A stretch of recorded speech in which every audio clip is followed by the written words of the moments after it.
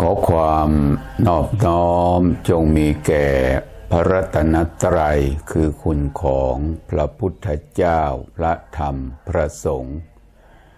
ขอถวายความเคารพครูบาอาจารย์พระเถรานุเถระผู้ติดตามรับชมรับฟังด้วยความเคารพ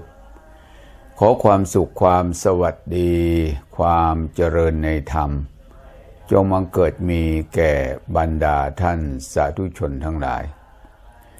วันนี้รายการธรรมะคลายทุกข์ก็ได้